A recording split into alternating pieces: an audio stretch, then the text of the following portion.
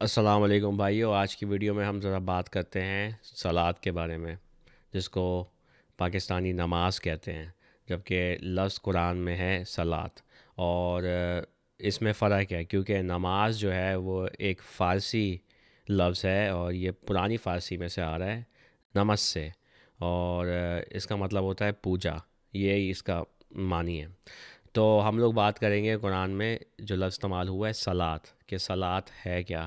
جیسا کہ میں نے اپنی ویڈیو میں بار بار آپ سے کہتا رہتا ہوں کہ ٹریجڈی یہ ہے کہ مسلمان قرآن کو پڑھتے ہی نہیں، ہے ہی نہیں، سمجھنے کی کوشش نہیں کرتے قرآن باتیں کیا کر رہا ہے، اور نہ وہ دیکھتے ہیں کہ لفظ قرآن میں کیسے استعمال ہو رہے ہیں۔ یعنی قرآن جو ہے وہ خدا کا کلام ہے، اور قرآن میں جو لفظ استعمال ہو رہے ہیں جیسے صلات ہو گئی، یا سجود ہو گیا، یا رکوع ہو گیا، یا مسلم ہو گیا، تو آپ کو دیکھنا یہ ہے کہ یہ لفظ قرآن میں خدا کیسے استعمال کر رہے ہیں۔ اور آپ یہ ایسے کر سکتے ہیں کہ آپ جا کے قرآن میں سرچ کریں ان لفظوں کو، کہ یہ کہاں کہاں استعمال ہو رہے ہیں، جن جن آیات میں استعمال ہو رہے ہیں۔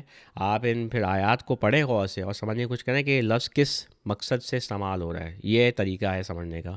ان لفظوں کے معنی جو ہیں وہ اوور ٹائم 1400 سال سے جب سے مسلمانوں کے پاس یہ کتاب ہے وہ کر یہی رہے ہیں، وہ لفظوں کے معنی بدل رہے ہیں۔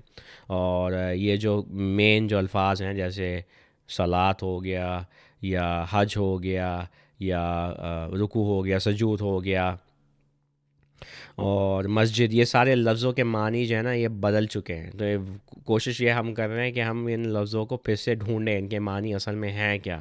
جب تک آپ یہ کام نہیں کریں گے تو پھر قرآن کو سمجھنا مشکل ہو جائے گا، کیونکہ قرآن پھر آپ سمجھیں گے کہ قرآن میں تو کچھ ہے نہیں، بس ایک اسلام مذہب کی بات ہو رہی ہے۔ لیکن جب آپ ان لفظوں کے معنی سمجھیں گے تو پھر آپ کو سمجھ میں آئے گا کہ بات کچھ اور ہو رہی ہے۔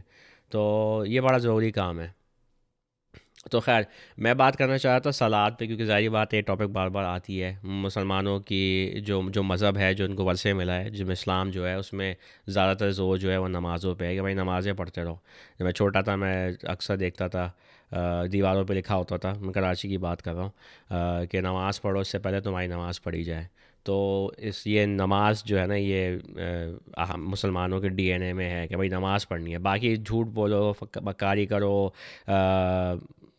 فائدے اٹھاؤ لوگوں سے، ناانصافی کرو، غریبوں کو کھانا نہیں کھلاؤ، ان کو کہو جاؤ یہاں سے، اس سے کوئی فرق نہیں پڑتا، لیکن نماز پڑھتے جاؤ۔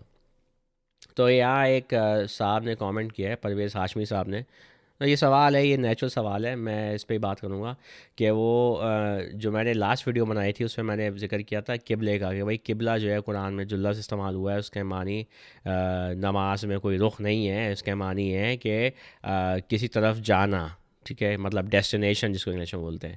تو اس سینس میں قرآن میں یہ لفظ استعمال ہوا ہے۔ تو ان صاحب کا کامنٹ ہے میری ویڈیو پہ کہ اگر نماز نہیں پڑھ رہے تھے تو کیا کر رہے تھے مسجد نبوی پہ، کیا ہوتا تھا اس وقت۔ یہ ظاہر سی بات ہے، یہ بات ہو رہی ہے جب میں نے کہا تھا کہ رسول اور مومنین جو تھے وہ جا رہے تھے مسجد حرام پہ۔ یہ مسجد حرام نہیں جو آپ کو سعودیوں نے بتائی ہوئی ہے، جہاں انہوں نے اپنا ایک بت گاڑا ہوا ہے، میں اس کی بات نہیں کر رہا۔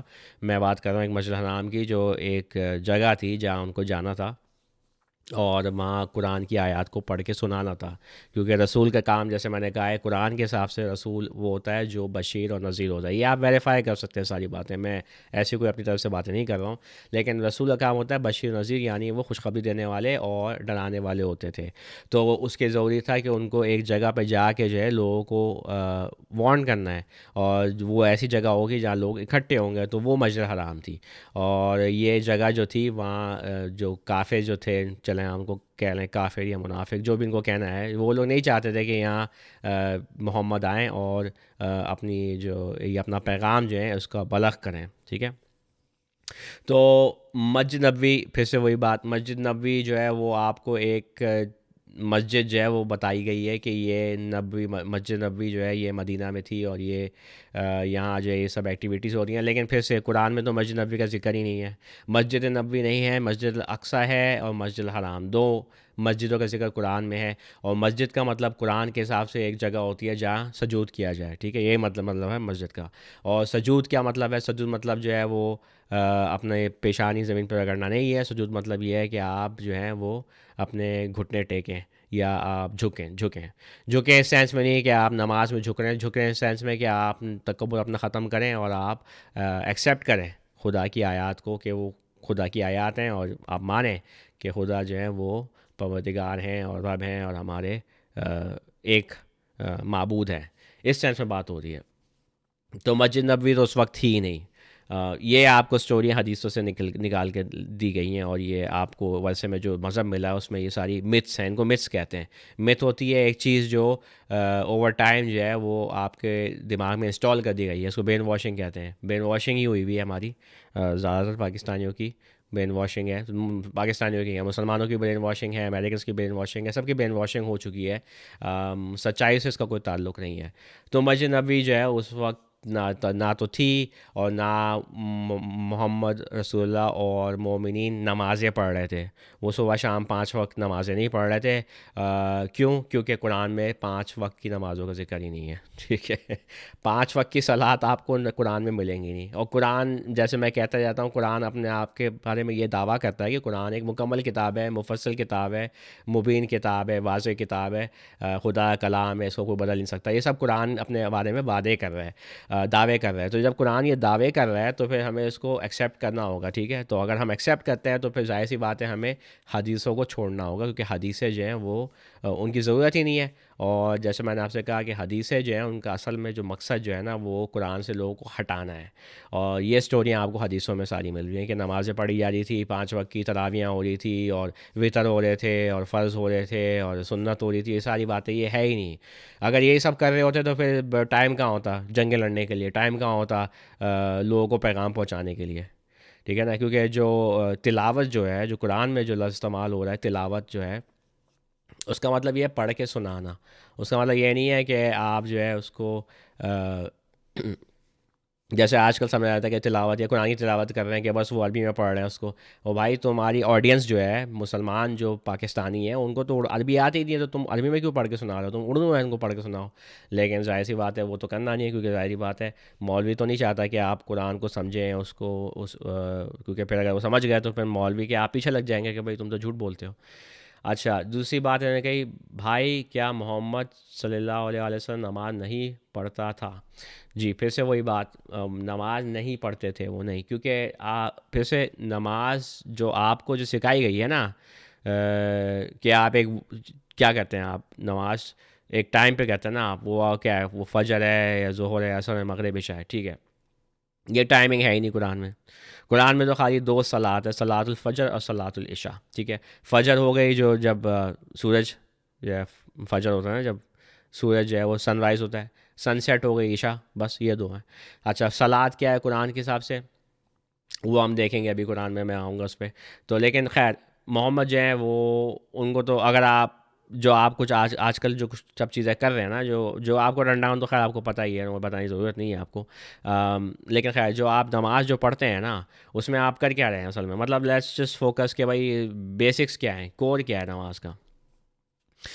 نماز میں آپ کھڑے ہوتے ہیں, پہلے تو آپ وضو کرتے ہیں. وضو بھی آپ کرتے ہیں قرآن کے حساب سے نہیں, آپ کوئی اور وضو کرتے ہیں, وہ 3 دفعہ جو آپ کرتے ہیں وہ قرآن میں تو نہیں ہے. ٹھیک ہے, لیکن خیر جو چلیں اس کو چھوڑ دیتے ہیں. یہ سب چیزیں آپ کو ورثے ملی ہیں, یہ سب قرآن کا کوئی تعلق نہیں ہے. اس لیے میں یہ امپورٹنٹ ہے کہ بات سمجھیں آپ کہ آپ کر کیا رہے ہیں.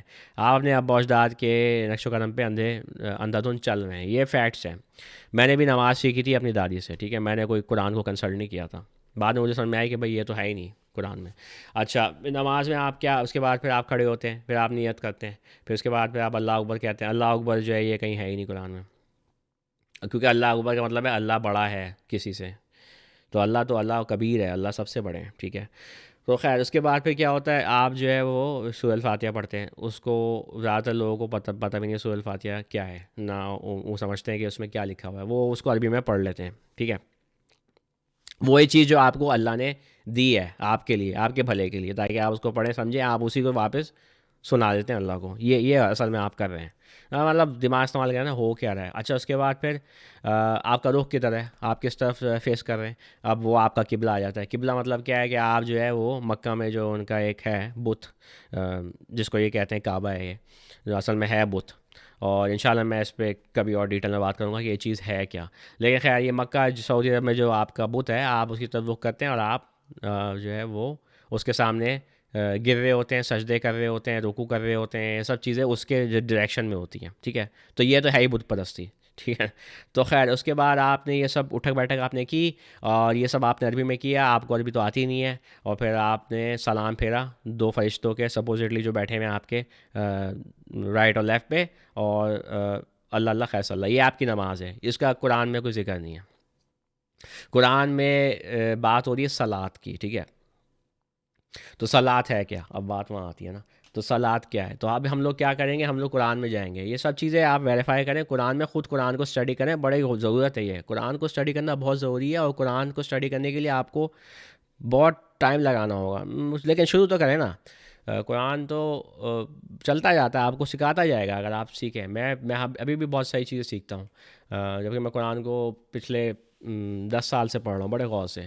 اچھا اب یہ دیکھیں, یہاں آپ آئیں, یہ میں نے ویب سائٹ بنائی ہے قرآن اردو ترجمہ .com, اور اس میں ایک فنکشن ہے, بڑا زبردست فنکشن ہے. آپ جائیں جڑ پر سرچ, یہ دیکھیں یہ ہے نا ادھر لنک, آپ اس پہ کلک کریں, جڑ پر سرچ.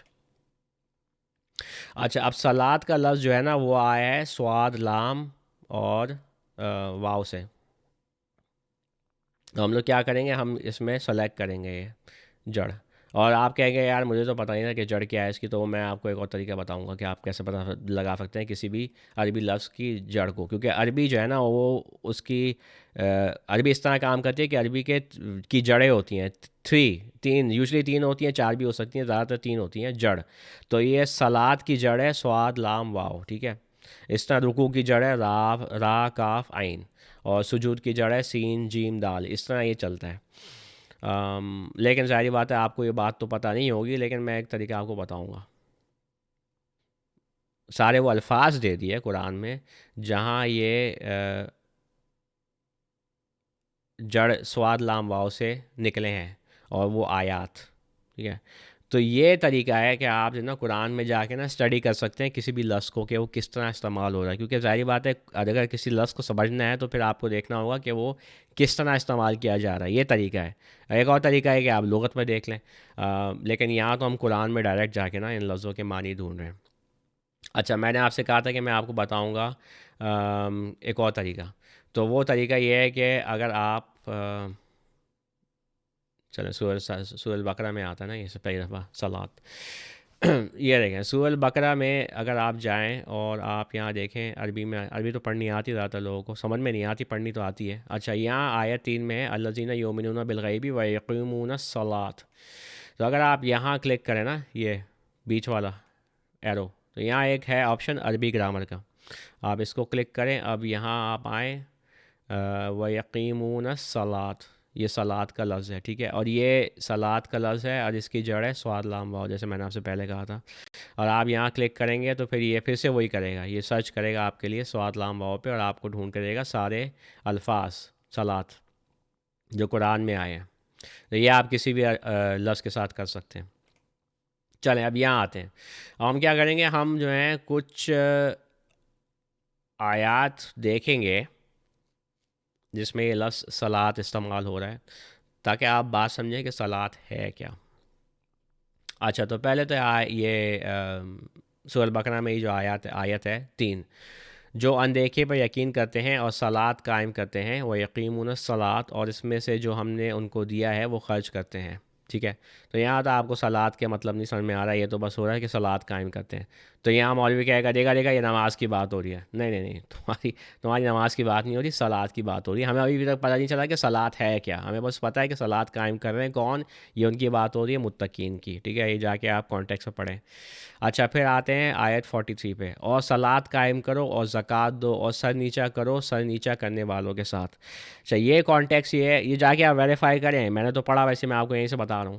یہ بات ہو رہی ہے کن لوگوں کے لیے, یہ بات ہو رہی ہے بنی اسرائیل کے لیے. چلو دیکھ ہی لیتے نا, کیونکہ لوگوں کو پھر شک ہوگا, وہ کہیں گے نہیں نہیں یار اس کی بات نہیں ہو رہی. یہ جو نا یہ پیراگراف, یہ جو کانٹیکس ہے نا, یہ بات ہو رہی ہے بنی اسرائیل کی, اسرائیل کے بیٹوں کی, یعنی یہودیوں کی. یہودیوں کو جو حکم دیا جا رہا ہے کہ صلات قائم کرو.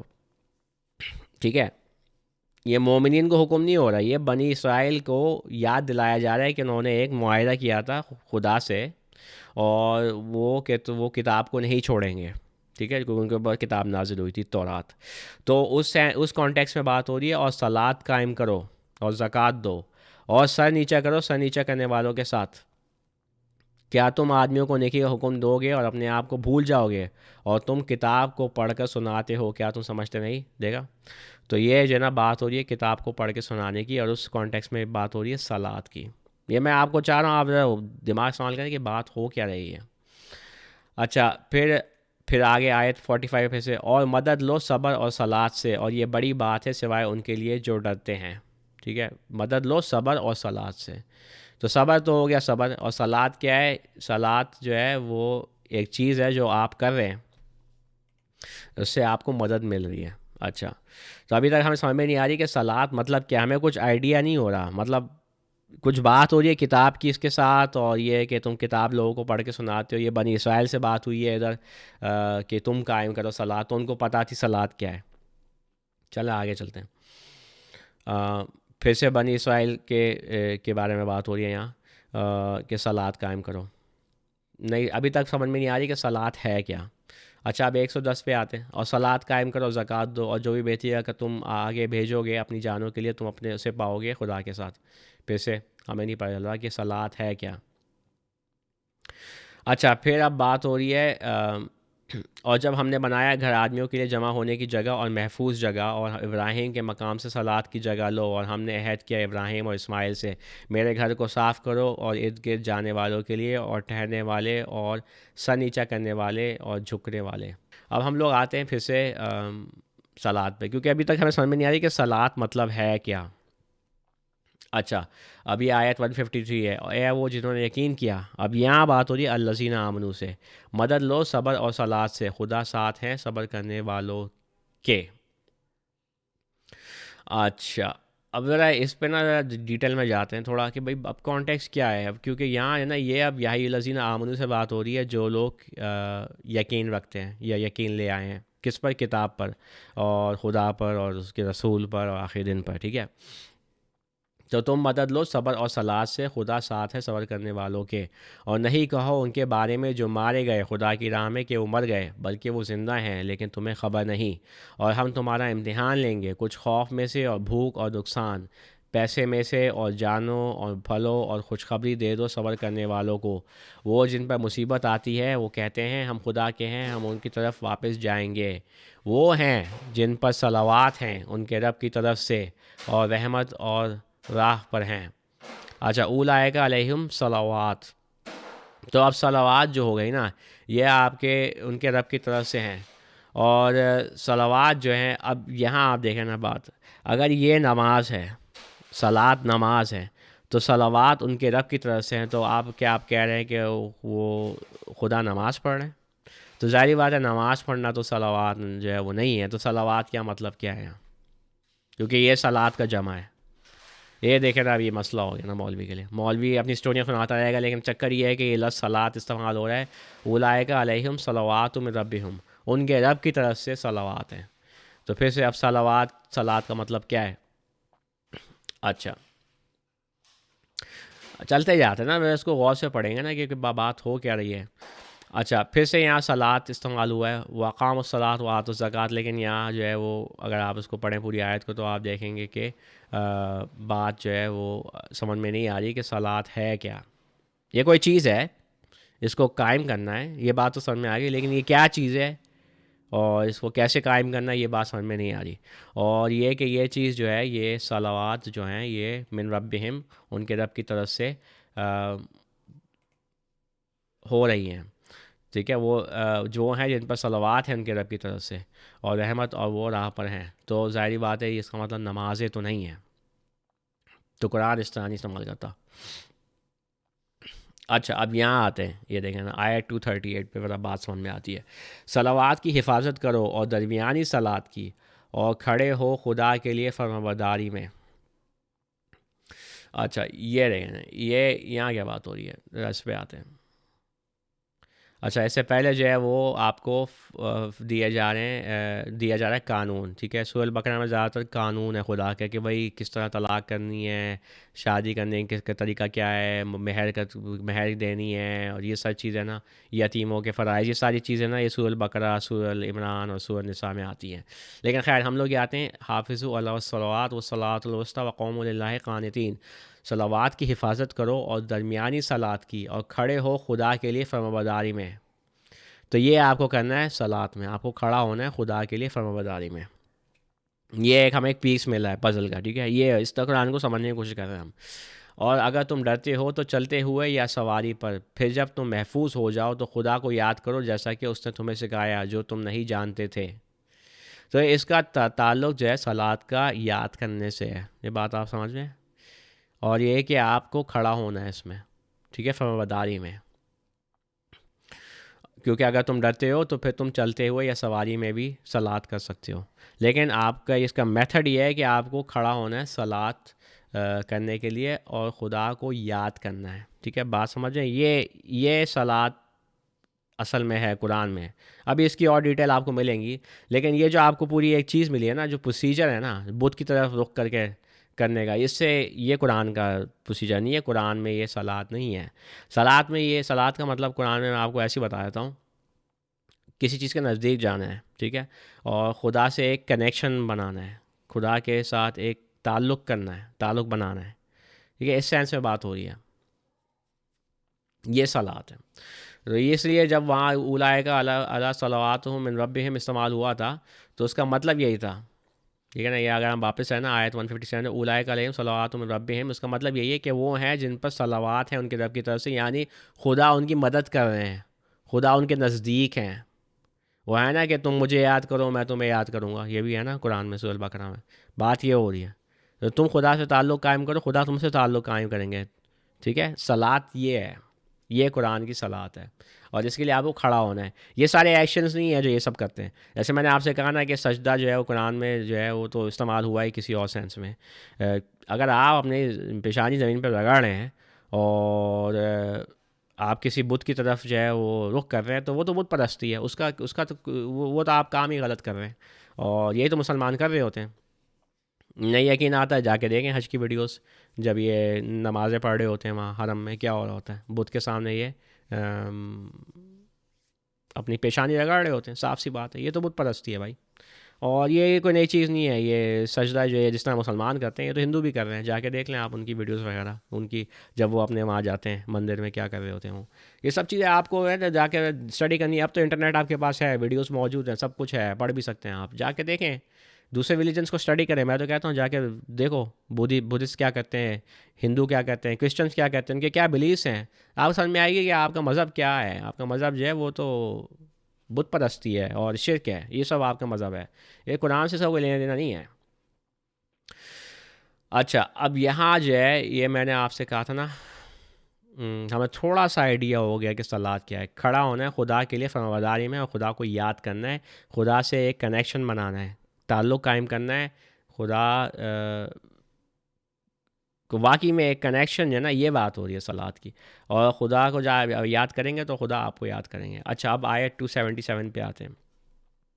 وہ جنہوں نے یقین کیا اور اچھے کام کیے اور صلات قائم کی اور زکوٰۃ دی، ان کی کمائی ان کے رب کے پاس ہے، اور ان پر خوف نہیں ہوگا، وہ غمگین نہیں ہوں گے. اچھا، اب پھر سے وہی یہاں ہمیں بتایا نہیں جا رہا ہے کہ صلات ہے کیا. یہ ابھی تو وہی ہے کہ صلات قائم کرنی ہے، ان کو صلات قائم کرنی ہے جو یقین کرتے ہیں.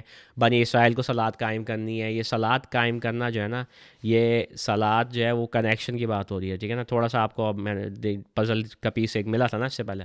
اب یہاں ہم لوگ آتے ہیں کیونکہ یہاں جو ہے نا چیپٹر 3 پہ آپ کو ملے گا اصل میں کہ صلات ہے کیا.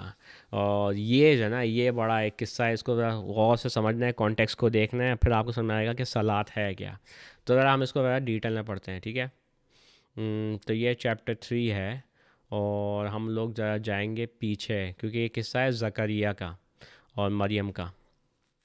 تو ذرا پیچھے جاتے ہیں ہم نے. ٹھیک ہے، تو میں ظاہری بات ہے پورا تو نہیں پڑھوں گا، یہ اسٹڈی آپ نے کرنا ہے، لیکن میں آپ کو تھوڑا سا اس میں دکھاتا ہوں کیا بات ہو رہی ہے. اچھا، 37 سے شروع کرتے ہیں آیت. بسم اللہ الرحمن الرحیم. تو اس کے رب نے اس کو قبول کیا اچھی قبولیت سے، اور اس کو اگایا اچھے اگانے سے، اور اس کی سرپرستی زکریا کو دی. یہ مریم کی بات ہو رہی ہے. جب بھی زکریا اس کے پاس آتا ہجرے میں، وہ پاتا اس کے پاس کھانا. کہا اس نے، اے مریم، یہ کہاں سے آتا ہے تمہارے پاس؟ اس نے کہا، یہ خدا کی طرف سے ہے، خدا جس کو چاہیں کھانے کو دیتے ہیں بغیر حساب کے. یہ مریم کا جواب تھا. تو زکریہ نے پھر کیا کیا؟ اسی وقت زکریہ نے پکارا اپنے رب کو، کہا میرے رب دے مجھے اپنی طرف سے اچھی اولاد، آپ سننے والے ہیں پکار کو۔ عربی میں آ جاتے ہیں۔ ہنالک لفظ قرآن میں جہاں جہاں استعمال ہوتا ہے اس کا مطلب یہ ہوتا ہے وہیں کے وہیں، اسی وقت۔ یہ امپورٹنٹ ہے، کیوں؟ کیونکہ زکریہ جو ہے وہ بھی بات کر رہے تھے مریم سے، اور وہ وہاں تھے کہاں؟ ان کے ہجرے میں، جہاں وہ بیٹھی ہوئی تھی، اور وہ جو ہے وہ خدا کی عبادت کر رہی تھی، یا خدمت کہہ لیں آپ اس کو، انگلش میں بولیں گے سرو۔ میں وہ بات نہیں کر رہا نماز کی جو مسلمان کہہ رہے ہیں، میں بات کر رہا یہ ہوں کہ وہ خدا کو یاد کر رہی تھی، اور ان کے پاس جو تورات تھی اس کو وہ پڑھ رہی تھی، یہ سینس میں بات ہو رہی ہے، ٹھیک ہے؟ کیونکہ یہ سیکلوژن میں تھی، ٹھیک ہے؟ مریم سیکلوژن مطلب یہ ہے کہ انہوں نے جو ہے وہ یہ خدا کی جیسے وہ نہیں ہوتا، جیسے یہ مسلمانوں کا ہے کہ یہ نماز مسجد میں جاتے ہیں اور پھر یہ کچھ عرصے کے لیے روزوں میں جو ہے یہ اپنے آپ کو الگ کر لیتے ہیں، یہ بات ہو رہی ہے، ٹھیک ہے؟ تو مریم جو ہے وہ اپنے ہجرے میں تھی، اور ان کی کفالت جو تھی وہ زکریا کو دی ہوئی تھی، ٹھیک ہے؟ وہ ان کے سرپرست تھے، تو جب وہ جاتے تھے جب بھی تو وہ دیکھتے تھے کہ کھانا وہاں موجود ہے۔ اب میں یہ نہیں کہہ رہا کہ کھانا اوپر سے آ رہا تھا، مطلب یہ کہ لوگ کھانا دیتے جا رہے تھے ان کو، مریم کو کھانا جو ہے وہ لوگ دیتے جا رہے تھے، لیکن اصل میں تو خدا کی طرف سے آ رہا ہے نا، بات یہ ہو رہی ہے۔ لیکن وہ کھانا ہمیشہ موجود ہوتا تھا، وہ خدا کی خدمت میں لگی ہوئی تھی۔ تو پھر مریم سے سوال کیا زکریا نے کہ بھئی کھانا تمہارے پاس کہاں سے آ رہا ہے؟ تو انہوں نے کہا یہ خدا کی طرف سے ہیں، وہ جس کو چاہیں دیتے ہیں بغیر حساب کے، یعنی مجھے فکر کرنے کی ضرورت نہیں ہے۔ تو ابھی یہ زکریا وہاں موجود ہیں، ذرا غور کریں بات ہو کیا رہی ہے، وہیں موجود ہیں، بات ہو رہی ہے، یہ ڈسکشن ہو رہا ہے، یہ ہجرے میں ہی ہے۔ اسی وقت زکریا نے پکارا اپنے رب کو، ٹھیک ہے؟ یہ وہیں کے وہیں ہے۔ تو وہ اسی وقت جب وہ بات کر رہے تھے تو پھر ایک دم سے انہوں نے یاد کیا خدا کو اندر سے، یہ نہیں پکارا مطلب یہ جو مسلمانوں کا ہے نا ہر ایک کو دکھانا ہے، لاؤڈ اسپیکروں پہ چلانا ہے، بات یہ نہیں ہو رہی، بات یہ اندر سے یاد کیا اپنے رب کو، اور کہا میرے رب دے مجھے اپنی طرف سے اچھی اولاد، آپ سننے والے ہیں پکار کو، کیونکہ ان کے کوئی اولاد نہیں تھی، ٹھیک ہے؟ دعا جو ہے نا لفظ کو قرآن میں اس کا مطلب ہوتا ہے پکارنا، جو کہ نا مسلمانوں نے اس کو ایک اسپیسیفک چیز بنا دیا، لیکن دعا قرآن میں اور عربی میں لفظ جو ہے وہ اس کا مطلب ہوتا ہے پکارنا کسی کو۔ تو پھر کیا ہوا؟ تو فنادتہ، فنا کا لفظ فا مطلب ہوتا ہے فوراً، مطلب اسی تو یا اس کے بعد، ٹھیک ہے؟ تو فرشتوں نے اس کو آواز دی، کس کو؟ زکریہ کو، جب وہ کھڑا تھا صلات کرتے ہجرے میں، ٹھیک ہے؟ یہ کون سا ہجرہ ہے؟ یہ وہی ہجرہ ہے جہاں مریم تھی، کیونکہ یہ ایک کے بعد چیز ہو رہی ہے، ایک وہیں کے وہیں، ٹھیک ہے؟ اس کا مطلب یہ نہیں، اب دیکھیں نا میں آپ کو وہی کہہ رہا ہوں نا، اس کا مطلب وہ نہیں ہو سکتا کہ مسلمان جو کہتے ہیں کہ بھائی وضو کر کے نماز پڑھ رہے کہیں جا کے، نہیں، کیونکہ یہ انہوں نے پکار کی اپنے رب کو، اور وہیں جو ہے فرشتوں نے ان کو آواز دی جب وہ کھڑے تھے صلات کرتے ہجرے میں، وہیں کے وہیں انہوں نے کیا کیا؟ انہوں نے تو پکار کی تھی، اور وہ صلات ہے۔ خدا تمہیں خوشخبری دیتے ہیں یحییٰ کی تصدیق کرتا ہوا خدا سے ایک لفظ کی، اور سردار اور پاک دامن اور نبی اچھا کرنے والوں میں سے۔ تو یہ جو ہے ان کو خوشخبری دی جا رہی تھی یحییٰ کی کہ تمہاری جو ہے وہ اولاد ہونے والی ہے، اور وہ تصدیق کرے گا کس کی؟ عیسیٰ کی، جو کہ مریم کی اولاد ہوگی، اور وہ سردار اور پاک دامن اور نبی ہوگا۔ نبی یعنی کہ وہ اس کو قانون دیا جائے گا، وہ قانون جو ہے وہ لوگوں تک پہنچائے گا اور اس کے حساب سے فیصلہ کرے گا، یہ نبی کا رول ہے۔ رسول کا رول الگ ہے، نبی کا رول الگ ہے۔ اس نے کہا میرے رب میرے لیے بیٹا کیسے ہو سکتا ہے جب میں بڑھاپے کو پہنچ گیا ہوں اور میری بیوی بنجر ہے؟ اس نے کہا اسی طرح خدا کرتے ہیں جو وہ چاہیں۔ یہ جو ہے یہ سوال جو ہے نا یہ ابھی صلات میں ہی چل رہا ہے، ٹھیک ہے؟ یہ بات آپ نوٹ کریں، یہ صلات ہی ہو رہی ہے، کیونکہ صلات کیا ہے؟ تعلق قائم کرنا، خدا کو پکارنا، خدا سے مدد لینا، خدا کو یاد کرنا، یہ ہے صلات۔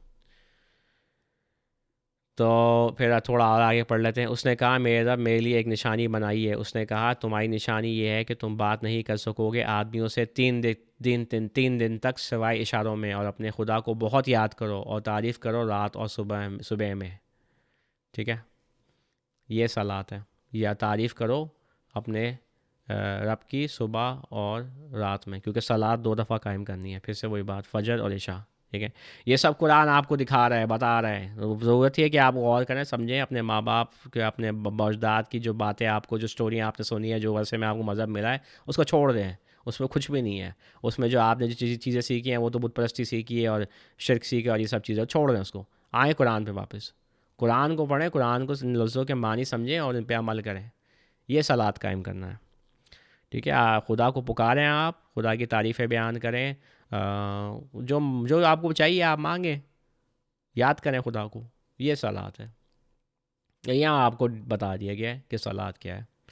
تو یہی ہے بس. اینڈ آف ڈے میں یہ سارے صلات جو ہے یہ قرآن کے حساب سے صلات ہے. اس میں ظاہر سی بات ہے آپ کو کوئی ڈیٹیل نہیں دی ہوئی جیسی ڈیٹیل مسلمانوں کو چاہیے ہوتی ہے.